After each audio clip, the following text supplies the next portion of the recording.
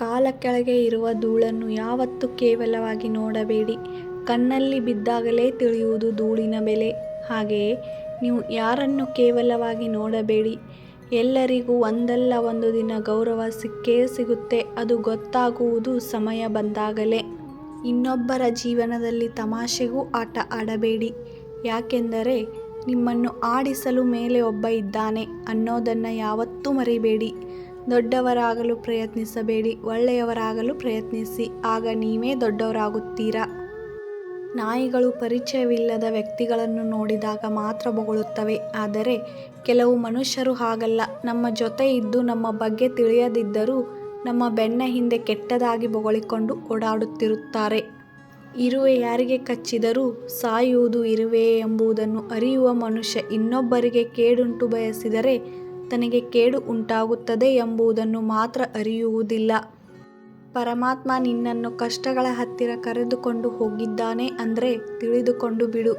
ಅವಶ್ಯವಾಗಿ ಅವನೇ ನಿನ್ನ ಕಷ್ಟಗಳನ್ನು ದಾಟಿಸಿ ಬಿಡುತ್ತಾನೆ ಎಂದು. ಖುಷಿ ಬೇಕು ಅಂದರೆ ರಾತ್ರಿ ಎಚ್ಚರವಾಗಿರಬೇಡ. ಶಾಂತಿ ಬೇಕು ಅಂದರೆ ಹಗಲಿನಲ್ಲಿ ಮಲಗಬೇಡ. ಸನ್ಮಾನ ಮಾಡಬೇಕು ಅಂದರೆ ವ್ಯರ್ಥವಾಗಿ ಮಾತನಾಡಬೇಡ. ಮತ್ತೆ ಪ್ರೇಮ ಬೇಕು ಅಂದರೆ ನಿಮ್ಮವರನ್ನು ಬಿಟ್ಟು ಕೊಡಬೇಡ. ಬಟ್ಟೆಯನ್ನು ಅಳತೆ ಮಾಡು, ಆದರೆ ಬಟ್ಟೆಯನ್ನು ನೋಡಿ ಮನುಷ್ಯನನ್ನು ಅಳೆಯಬೇಡ. ಮನುಷ್ಯನಲ್ಲಿ ಹಣ ಇಲ್ಲದಿದ್ದರೂ ಅವನದೇ ಆದ ಸ್ವಾಭಿಮಾನ ಗುಣ ಇರುತ್ತೆ. ಸಂಪತ್ತಿನ ಬೆಲೆಯೇ ಬೇರೆ, ಸಂಸ್ಕಾರದ ಬೆಲೆಯೇ ಬೇರೆ. ಕೈಯಿಂದ ಎಸೆದ ಕಲ್ಲು 100 ಅಡಿ ದೂರ ಹೋಗಿ ಬೀಳುತ್ತೆ. ಬದುಕಿನಿಂದ ಹೊರಟ ಗುಂಡು ಸಾವಿರಾರು ದೂರ ಹೋಗಿ ಬೀಳುತ್ತೆ. ಆದರೆ ಹಸಿದವನಿಗೆ ಕೊಟ್ಟ ರೊಟ್ಟಿಯ ತುಂಡು ಸ್ವರ್ಗದ ಬಾಗಿಲಿನವರೆಗೂ ಹೋಗುತ್ತದೆ. ನಮ್ಮ ಸಾಧನೆ ಹೇಗಿರಬೇಕು ಅಂದರೆ ನಮ್ಮ ಯೋಗ್ಯತೆ ಬಗ್ಗೆ ಅವಮಾನಪಟ್ಟವರೆಲ್ಲ ನಮ್ಮನ್ನು ಮಾತನಾಡಿಸುವ ಮೊದಲು ತಮ್ಮ ಯೋಗ್ಯತೆಯ ಬಗ್ಗೆ ಯೋಚಿಸುವಂತೆ ಇರಬೇಕು.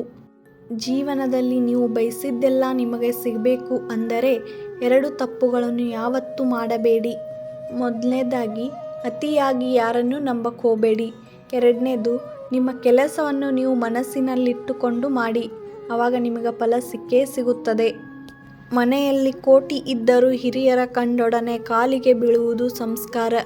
ಎಷ್ಟೇ ಆಧುನಿಕತೆ ಬಂದರೂ ಹಣೆಯ ಮೇಲೆ ಬೊಟ್ಟು ಇಡುವುದು ಸಂಸ್ಕಾರ.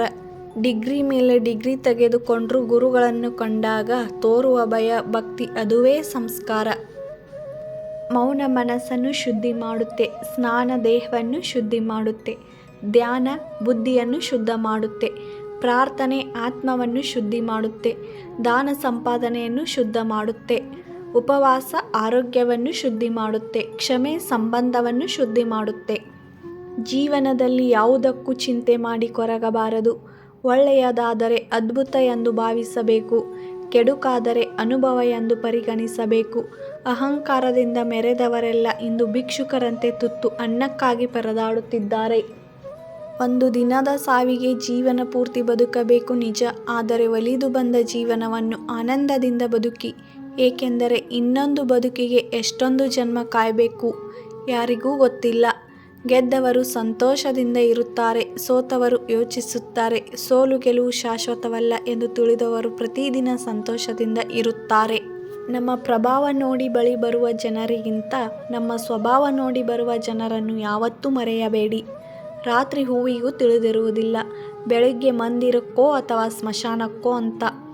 ಆದ್ದರಿಂದ ಜೀವನ ಒಂದು ಪ್ರತಿಕ್ಷಣವೂ ಅದ್ಭುತವಾದದ್ದು.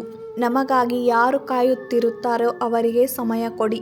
ತೀರಾ ತಲುಪಿದ ನಂತರ ಅಂಬಿಗ ಯಾರು, ಅಕ್ಷರ ಕಲಿತ ಮೇಲೆ ಗುರು ಯಾರು, ಶ್ರೀಮಂತಿಕೆ ಬಂದ ಮೇಲೆ ಬಡವ ಯಾರು, ಅವಶ್ಯಕತೆ ಮುಗಿದ ಮೇಲೆ ನಾನ್ಯಾರು ನೀನ್ಯಾರು. ಮೌನ ಕಲಿಸುವಷ್ಟು ಪಾಠ, ಮೌನ ಕೊಡುವಷ್ಟು ನೆಮ್ಮದಿ, ಮೌನದಿಂದ ಬರುವ ತಾಳ್ಮೆ ಯಾವುದರಲ್ಲಿಯೂ ಸಿಗುವುದಿಲ್ಲ. ಒಳ್ಳೆಯತನಕ್ಕೆ ಬೆಲೆ ಇಲ್ಲ ಅನ್ನೋದು ಎಷ್ಟು ಸತ್ಯವೋ ಆ ಒಳ್ಳೆಯತನ ನಮ್ಮ ಕೈ ಬಿಡಲ್ಲ ಅನ್ನೋದು ಕೂಡ ಅಷ್ಟೇ ಸತ್ಯವಾಗಿದೆ. ಪ್ರತಿಯೊಬ್ಬರ ಜೀವನದಲ್ಲಿ ಒಬ್ಬ ಪ್ರತ್ಯೇಕವಾದ ವ್ಯಕ್ತಿ ಇರುತ್ತಾರೆ. ಹಣೆಬರಹದಲ್ಲಿ ಇಲ್ಲದಿದ್ದರೂ ಮನಸ್ಸಿನಲ್ಲಿ ಶಾಶ್ವತವಾಗಿರುತ್ತಾರೆ. ನೋವು ಕೊಟ್ಟು ನಾವು ಖುಷಿಯಾಗಿರುವುದು ಜೀವನವಲ್ಲ. ನಾವು ನೋವಿನಲ್ಲಿದ್ದರೂ ಇನ್ನೊಬ್ಬರಿಗೆ ಖುಷಿ ಕೊಡುವುದೇ ಜೀವನ. ಈ ಜನ್ಮ ಮತ್ತೆ ಮತ್ತೆ ಬರುವುದಿಲ್ಲ. ಜೀವನದಲ್ಲಿ ಸಾಗರ ಜನ ಸಿಕ್ಕರೂ ಮನಸ್ಸಿಗೆ ಎಲ್ಲರೂ ಇಷ್ಟ ಆಗೋದಿಲ್ಲ. ಇಷ್ಟ ಆದವರು ಒಮ್ಮೆ ಕಳೆದುಕೊಂಡರೂ ಅಂಥವರು ಮತ್ತೆ ಎಂದಿಗೂ ಸಿಗೋದಿಲ್ಲ. ಒಳ್ಳೆಯ ನಡತೆಯಿಂದ ನಮಗೆ ಯಾವುದೇ ಸಂತೋಷ ಸಿಗದೇ ಇರಬಹುದು, ಆದರೆ ಇಂತಹ ಗುಣಗಳಿಗೆ ಸಾವಿರಾರು ಹೃದಯ ಗೆಲ್ಲುವ ಶಕ್ತಿ ಇರುತ್ತದೆ. ತಪ್ಪು ಮಾಡಲು ಕೂಡ ಹೆದರುವವನು ಧೈರ್ಯವಂತ. ತಪ್ಪು ಮಾಡಿದ್ದಕ್ಕೆ ಪಶ್ಚಾತ್ತಾಪ ಪಡುವವನೇ ನಿಷ್ಠಾವಂತ. ಮಾಡದ ತಪ್ಪಿಗೆ ಬೇರೆಯವರ ಒಳಿತಿಗಾಗಿ ತನ್ನನ್ನೇ ದೂಷಿಯಾಗಿಸಿಕೊಳ್ಳುವವನೇ ಮಾನವೀಯತೆ ಮರೆಸುವಾತ. ಕಾಲ ಯಾರಿಗೂ ಕಾಯಲ್ಲ. ಸಮಯ ಇವತ್ತು ಅವರದ್ದಾಗಿದ್ದರೆ ನಾಳೆ ನಮ್ಮದಾಗಿರುತ್ತೆ. ತಾಳ್ಮೆ ಇರಬೇಕು ಅಷ್ಟೇ. ನಾವು ಮಾಡಿರುವ ಕರ್ಮಗಳಿಗೆ ನಾವೇ ಜವಾಬ್ದಾರಿ. ಪಾಪವಾಗಲಿ ಪುಣ್ಯವಾಗಲಿ ಅದನ್ನು ನಾವೇ ಅನುಭವಿಸಬೇಕು. ಅದರಿಂದ ಯಾರೂ ತಪ್ಪಿಸಿಕೊಳ್ಳಲು ಸಾಧ್ಯವಿಲ್ಲ. ಜೀವನದಲ್ಲಿ ಶತ್ರುಗಳಿದ್ದಷ್ಟು ಉತ್ಸಾಹ ಹೆಚ್ಚಾಗಿರಬೇಕು. ಅದರಲ್ಲಿಯೂ ನಮ್ಮವರೇ ಶತ್ರುಗಳಾದಾಗ ಇನ್ನೂ ಹೆಚ್ಚಾಗಿರಬೇಕು.